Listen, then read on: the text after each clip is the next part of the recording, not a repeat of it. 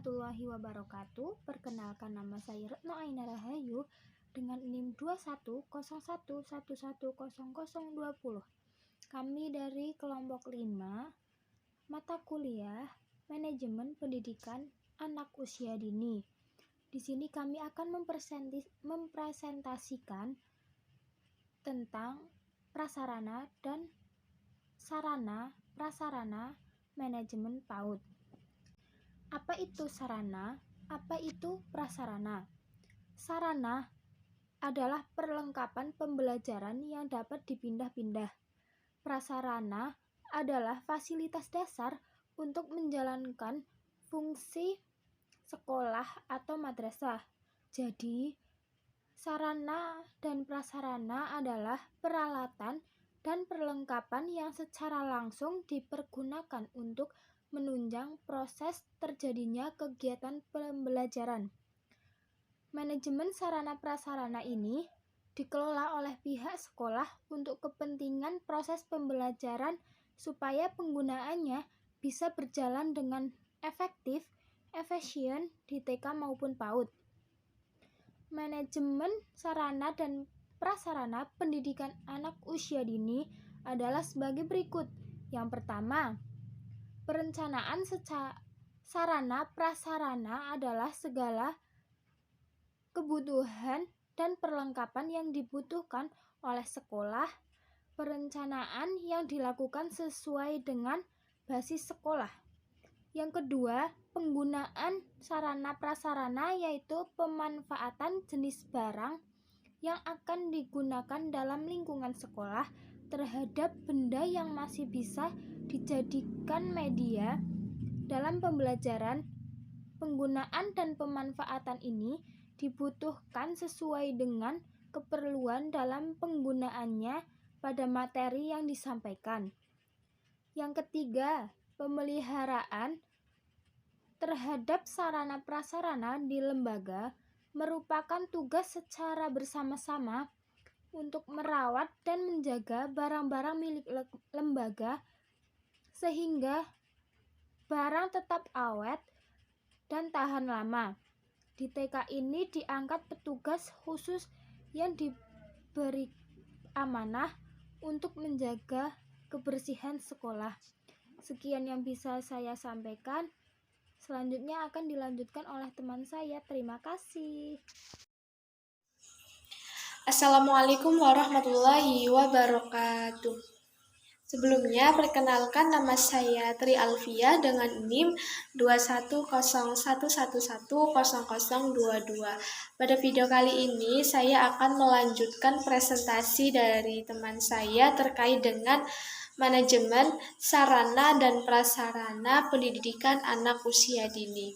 Untuk poin yang selanjutnya, yaitu yang keempat, pertanggungjawaban sarana prasarana adalah semua pihak lembaga yang bersangkutan terhadap barang yang bergerak maupun barang yang tidak bergerak.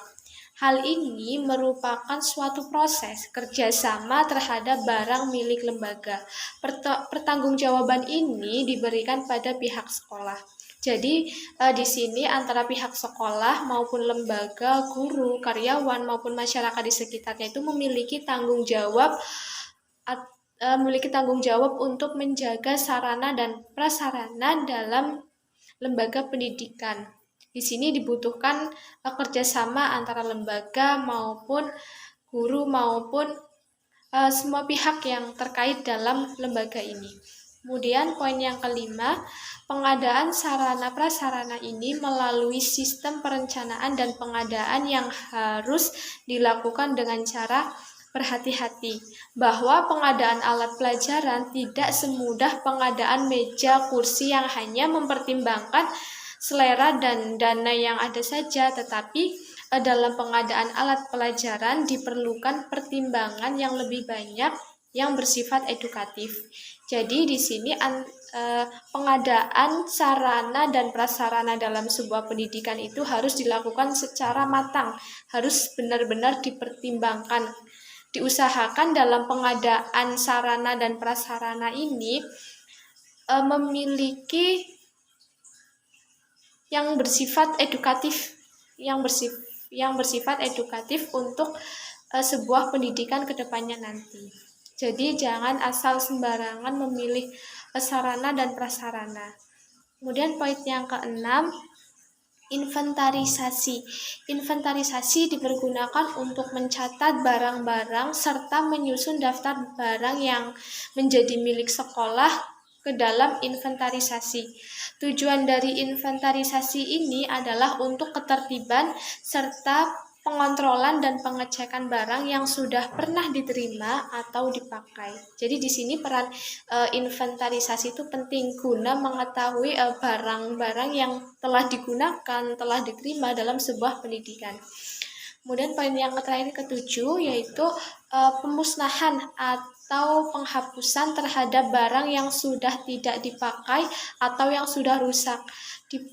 Hanya dilakukan dengan cara membuang barang yang sudah tidak dipakai tanpa melakukan pencatatan. Jadi barang yang sudah tidak dipakai atau yang sudah rusak itu dihilangkan dari sebuah pencatatan, dimusnahkan seperti itu.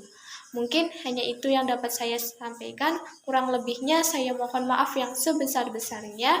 Saya akhiri. Nun wal qalami wa may yasturun fastabiqul khairat. Wassalamualaikum warahmatullahi wabarakatuh.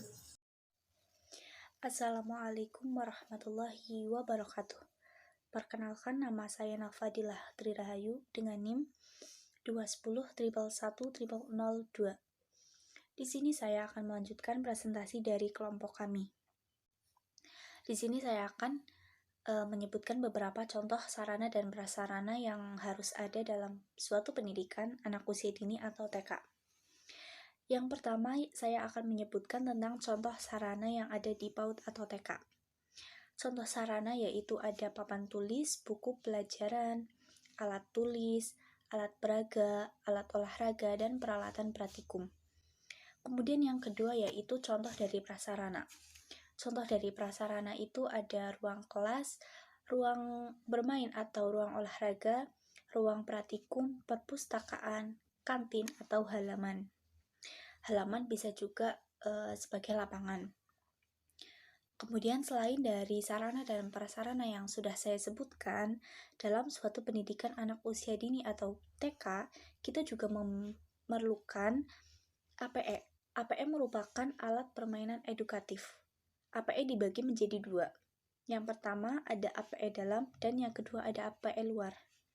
APE dalam meliputi balok, ini bisa balok warna maupun balok yang satu warna namun bentuknya bervariasi atau beragam.